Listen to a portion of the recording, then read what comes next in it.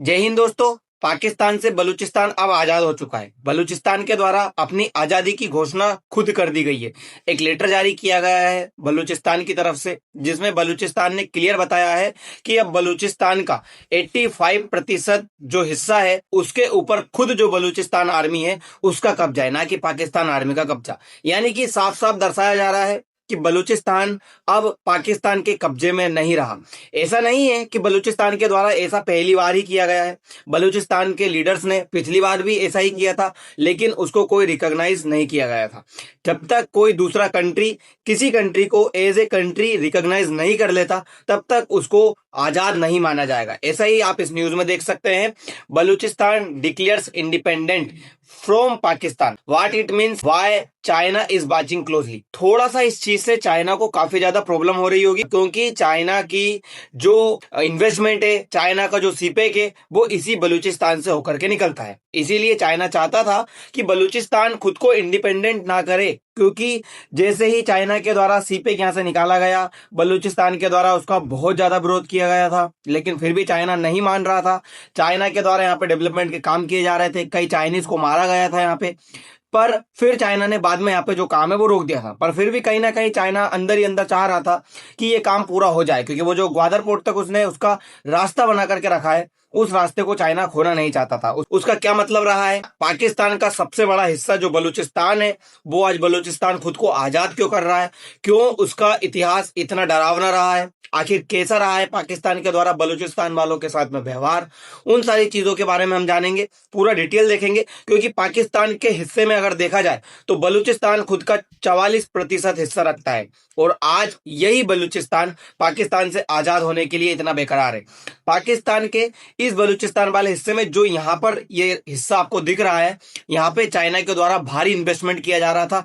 यहाँ पे अमेरिका को इसने इन्वॉल्व किया था। अमेरिका के द्वारा इन्वेस्टमेंट करके भारी मात्रा में यहाँ से गोल्ड वगैरह निकालने की कोशिश की जा रही थी। ये जो बलूचिस्तान हिस्सा है पाकिस्तान का, इस हिस्से के अंदर पाकिस्तान की सबसे ज्यादा मिनरल्स, क्रिटिकल मिनरल्स, किसी कंट्री के लिए जरूरत भरी जो चीजें होती है वो सबसे ज्यादा इसी हिस्से में पाई जाती है। इसीलिए पाकिस्तान बलूचिस्तान को आजाद नहीं करना चाहता, लेकिन बलूचिस्तान वालों का कुछ अच्छा भी नहीं करना चाहता। पाकिस्तान के अंदर सबसे ज्यादा दबदबा किसी हिस्से का है तो वो ये है पंजाब वाले हिस्से का। पंजाब वाला हिस्सा डेवलप हिस्सा है। पंजाब वाले हिस्से से ही सबसे ज्यादा राजनीति के अंदर आने वाले लीडर्स है। पंजाब वाले हिस्से से ही सबसे ज्यादा जो आप कह सकते हो एक्टर वगैरह बनते हैं उस एरिया में, वो इसी हिस्से से बनते हैं। सबसे ज्यादा अगर किसी का नाम चलता है तो इसी पंजाब वाले हिस्से के लोगों के द्वारा चलता है। इन्हीं पंजाब वालों ने पूर्वी पाकिस्तान, जिसे आज हम बांग्लादेश कहते हैं, उनके साथ में अत्याचार किया था। इसी तरह से ये बलूचिस्तान वालों के साथ में अत्याचार करते आए हैं। बलूचिस्तान वालों की बिल्कुल भी वैल्यू ये पंजाब वाले जो लोग हैं वो बिल्कुल भी नहीं करते हैं। तो बलूचिस्तान वाले लोग जो है वो चाहते हैं इस पंजाब से पूरा अलग होना, पूरे पाकिस्तान से अलग होना। तो क्या क्या हो रहा है थोड़ा सा देखिए। ये बलूचिस्तान लिबरेशन आर्मी है, जिसमें से खुद को इन्होंने रिपब्लिक ऑफ बलूचिस्तान कह दिया है। इनका कहना है कि बलूचिस्तान अब खुद एक गणतंत्र हो चुका है। बलूचिस्तान के ऊपर किसी और कंट्री की प्रभुत्व नहीं है। बलूचिस्तान खुद एक संप्रभु अब राष्ट्र बनने वाला है। इनके द्वारा ये सब कुछ कहा गया। इन्होंने कहा the Republic of Balochistan defence and security forces have secured 85% of Balochistan territory, यानी कि 85% के ऊपर बलूचिस्तान वालों का अब कब्जा हो चुका है। इन्होंने ये खुद का जो नेशनल एंथम है वो तक लिखा, जिसका नाम है माँ चुकेन बलूचिस्तानी। इस तरह का इनके द्वारा खुद का नेशनल एंथम डिक्लेयर कर दिया गया है। इन्होंने खुद का नेशनल फ्लैग डिक्लेयर कर दिया है, और साथ ही इन्होंने खुद की करेंसी भी डिक्लेयर कर दी है। इनका कहना है कि आज हमारे पास में कोई सिक्योरिटी नहीं है, खुद की जो टैंक वगैरह नहीं है, खुद का मिसाइल नहीं है, खुद का हेलीकॉप्टर नहीं है, लेकिन आने वाले समय में खुद का ये सब कुछ स्टेब्लिश हो जाएगा। साथ ही जो इन्होंने कहा कि हमारी खुद की एक फोर्स है, जिसमें 50,000 के आसपास जो हमारे पर्सनल गार्ड्स वगैरह है, पर्सनल सैनिक वगैरह है, वो इसमें इन्वॉल्व है, वो लग चुके हैं, जिसे बलूचिस्तान मिलिट्री कह सकते हैं। अभी हमारी नेवी और एयरफोर्स डिक्लेयर नहीं की गई है, लेकिन आने वाले समय में हम इनको एडमिनिस्ट्रेट कर देंगे, और हमारी पूरी आर्मी अभी रेडी है पाकिस्तान वालों के साथ में लड़ने के लिए। इन्होंने ये तक कहा कि अभी जो बलूचिस्तान है वो पाकिस्तान के साथ में एक मिनट भी नहीं रहेगा। जितने भी डिसीजन है वो खुद बलूच आर्मी करेगी, और हम चाहते हैं कि जो इंडिया है वो हमारा सपोर्ट करे, इंडिया हमें एज ए कंट्री डिक्लेयर कर दे। क्योंकि जब तक कोई ऐसा कंट्री जो बड़ा कंट्री है वो जब तक रिकॉग्नाइज नहीं करेगा बलूचिस्तान को, तब तक बलूचिस्तान एज ए कंट्री के रूप में मान्यता प्राप्त नहीं कर पाएगा। जब हमने बांग्लादेश को रिकॉग्नाइज करा, हमने कहा कि बांग्लादेश एक कंट्री है, उसके बाद में फिर भूटान ने भी इसको एक्सेप्ट कर लिया, क्योंकि भूटान हमारे साथ लगा हुआ, नेपाल ने एक्सेप्ट किया, और ऐसे बहुत सारे कंट्रियों ने बांग्लादेश को फिर एज ए कंट्री एक्सेप्ट कर लिया। इसीलिए ये चाहते हैं कि भारत जो है पहले कह दे कि हाँ बलूचिस्तान एक कंट्री है, उसके बाद में ही फिर धीरे धीरे भारत के साथ में लगा हुआ भूटान भी करेगा। इस तरह के कंट्री जब हमको रिकॉग्नाइज करने लगेंगे तभी बलूचिस्तान पूरी तरह से आजाद माना जाएगा। तो अब थोड़ा सा देखते हैं बलूचिस्तान का इतिहास क्या रहा है, बलूचिस्तान वाले क्यों खुद को आजाद करना चाहते हैं पाकिस्तान से, क्यों पाकिस्तान के साथ में वो रहना नहीं चाहते। जब आपको याद है 1947 में भारत आजाद हुआ था, तब भारत के दो पार्टीशन किए गए थे, एक पाकिस्तान और एक इंडिया। पाकिस्तान के साथ में जो हिस्सा रखा गया था वो दो रखा गया था, एक था पूर्वी पाकिस्तान, एक था पश्चिमी पाकिस्तान। पश्चिमी पाकिस्तान ये है जो अभी के हालत में पाकिस्तान डिक्लेयर किया गया है। पूर्वी पाकिस्तान जिसे हमने 1971 में आजादी दिलवाई और जो आगे जाकर के बांग्लादेश बन गया, तो ये हिस्सा उस समय पे डिक्लेयर कर दिया गया था। पाकिस्तान के इस हिस्से में 4 राज्य रखे गए थे, जिसमें से एक यहाँ पे था पंजाब, इधर है खैबर पख्तूनख्वा, ये रहा बलूचिस्तान और ये रहा सिंध। ये 4 प्रांत पाकिस्तान के आज की हालत में है। पाकिस्तान का सबसे बड़ा प्रांत जो कि 44% हिस्सा रखता है खुद का, वो है बलूचिस्तान। बलूचिस्तान के अंदर कुछ हिस्से हैं जिसमें से रियासतें हुआ करती थी, जिसमें सबसे बड़ी रियासत थी वो थी कलात रियासत। कलात के बाद में मकरान, खरसान, इस तरह की रियासतें यहाँ पे हुआ करती थी। कलात जो रियासत थी वो सबसे बड़ी रियासत थी, और ये कलात रियासत 1947 में जब पाकिस्तान बना था उस समय खुद को इंडिपेंडेंट रखना चाहती थी। वो चाहती थी कि हम खुद की एक अलग रियासत चलाएं, खुद का एक अलग देश बनाएं, जिसमें ये सारी की सारी रियासतें उसका हिस्सा बन जाए। लेकिन उस समय पे इस तरह का काम हुआ नहीं। जिन्ना जो है इस चीज को एक्सेप्ट नहीं करते हैं, और जिन्ना के द्वारा 1 अप्रैल 1948 को जबरदस्ती पुलिस और सेना भेज करके इस हिस्से को अपने कब्जे में ले लिया जाता है।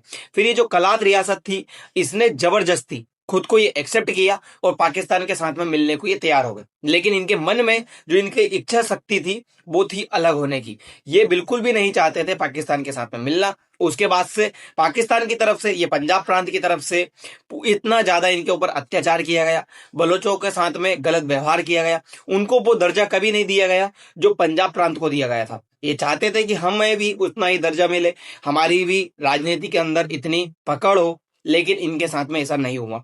बलूचिस्तान वालों के साथ में गलत होता रहा, और बलूचिस्तान वाले फिर धीरे धीरे जो अंदर खुन्नस भरी हुई थी उनके अंदर, वो खुन्नस धीरे धीरे बाहर निकालते रह गए। और 1970 के दशक के बाद से बलूचिस्तान पूरी तरह से पाकिस्तान के खिलाफ हो गया। उनका कहना था कि अब हम पाकिस्तान के साथ में नहीं है, पाकिस्तान की सरकार के साथ में नहीं है, हमारी जो राष्ट्रवादिता है वो अब हमारे खुद के कंट्री के लिए होगी, और वो रहेगा बलूचिस्तान, यानी कि खुद एक अलग कंट्री बनेगा, जिसके लिए हम हमारी राष्ट्रवादिता नेशनल जो है वो उसके साथ में कनेक्ट करके रखेंगे। ये सारी चीजें चलती रही। पाकिस्तान का एक हिस्सा है जो यहाँ पे, जिसका नाम है खैबर पख्तूनख्वा, वो भी पाकिस्तान से अलग होना चाहता है। पाकिस्तान के इतने ज्यादा टुकड़े होने लगे हैं कि अब पाकिस्तान सिर्फ पंजाब में सिमट करके रह जाएगा, क्योंकि सिंध को भारत मिलाना चाहता है, बलूचिस्तान को खुद अलग होना चाहता है बलूचिस्तान। इधर अफगानिस्तान की, जैसे बलूचिस्तान वालों का कहना है कि जैसे अफगानिस्तान को रिकॉग्नाइज नहीं किया गया था, लेकिन फिर भी अफगानिस्तान तालिबानियों के साथ में रह करके चलने लगा था, उसी तरह से बलूचिस्तान भी चलेगा। और बलूचिस्तान को भी बाद में एज ए कंट्री सम्मान्यता दे देंगे। वो भारत से भी मदद की गुहार कर रहे हैं, लेकिन भारत अभी एज ए सामने निकल करके नहीं आया। कोई ऐसा कंट्री नहीं है जिसने खुद कह दिया हो कि हाँ अभी ये स्वतंत्र है। इसमें जो आगे चल करके एक बड़ा मोड़ आता है, वो मोड़ आता है अकबर भुगती के टाइम पे। अकबर भुगती के द्वारा क्या किया गया था, ये बलूचिस्तान के गवर्नर हुआ करते थे, इनके द्वारा 15 मांग रखी गई थी पाकिस्तान के सामने कि अगर आप हमारी इस तरह की 15 मांग पूरी कर दोगे तो हम पाकिस्तान के साथ में शांति से रह लेंगे। लेकिन पाकिस्तान वालों के द्वारा इनकी सपोर्ट में कोई काम नहीं किया गया। मुशर्रफ जो पाकिस्तान के उस समय पे हुआ करते थे लीडर, उनके द्वारा इनके ऊपर बहरहमी से अटैक किया जाता है। ये पाकिस्तान के जो मुशर्रफ है वो इनको मारने के लिए टैंक वगैरह भेजते हैं, सैनिक वगैरह भेजते हैं, हेलीकॉप्टर भेजते हैं, बम वगैरह चलाए जाते हैं। ये केव्स के अंदर जाकर के छुपने की कोशिश करते हैं, लेकिन इनके ऊपर अटैक कर दिया जाता है और इनकी डेथ हो जाती है। उसके बाद में 1973 के बाद में बलूचिस्तान के जो लोग हैं वो सामने निकल करके आते हैं, और उनका कहना होता है कि हम जो पाकिस्तान के साथ में रह रहे हैं वही पाकिस्तान की सेना हमारे साथ गलत कर रही है, तो अब हम उनके साथ में क्यों रहें। पाकिस्तान की सेना के ये खिलाफ हो जाते हैं और बलूच लिबरेशन आर्मी बन जाती है।